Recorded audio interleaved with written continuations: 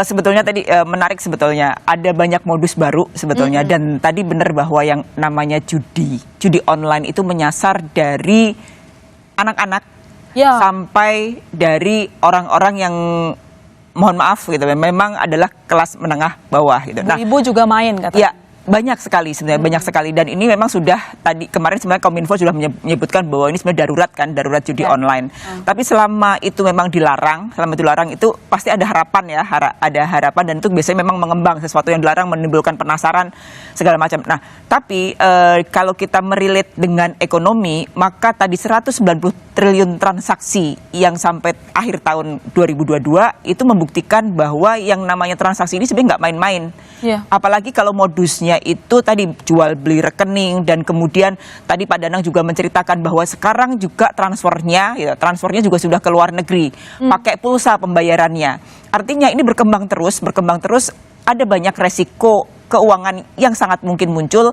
Satu, ya tentu saja transfer uang ke luar negeri. Transfer uang ke luar negeri artinya apa? Ini akan menjadi persoalan baru.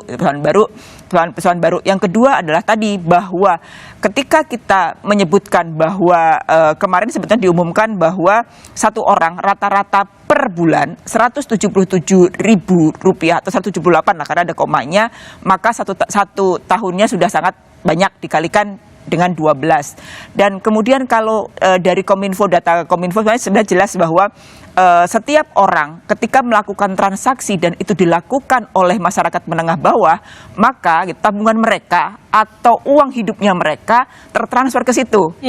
Nah, kalau kita lihat sebetulnya ada dua. Satu memang bertransaksi, satunya lagi adalah ya tadi bahwa mereka itu melakukan jual beli chip yang kemudian jual beli chip yang ada yang apa istilahnya jual dan beli, dan itu yang lagi-lagi yang untung sebetulnya adalah para penyedia aplikasi dan kemudian yang paling rugi ya sebetulnya masyarakat kita. Karena dikemas kecil-kecil seolah-olah mereka itu ketika transaksi harian tidak terasa. Padahal kalau melihat transaksi harian 13.000 aja itu sudah setara dengan 1 kilo beras. 1 kilo beras artinya apa? Lagi bahwa jangan-jangan tingkat kemiskinan kita itu menjadi PR selanjutnya karena ya tadi bahwa kita itu kan tidak bisa mengontrol nih namanya transaksi judi itu kan sudah di handphone ketika orang asik main slot maka transfer 5.000, 10.000 itu kan di luar kendali dan itu kan sebetulnya menjadikan mereka pengen untung tapi tidak pernah untung lebih buntung, tapi mereka kehilangan kesempatan untuk produktif, kehilangan kesempatan untuk belanja ke tingkat yang produktif. Artinya apa? Produktivitasnya kita, pembeliannya menjadi terganggu, ekonominya terganggu, larinya ke luar negeri, itu akan menimbulkan problema-problema ekonomi yang serius yang memang harus segera ditangani. Kalau memang harus dicarikan jalan. Oke, ini mungkin nggak sih kita melarikan gitu, menciptakan produk investasi yang murah gitu, Sebetulnya kan kita ada edukasi yang ngomong reksadana saja, kita ngomong 100.000 saja bisa.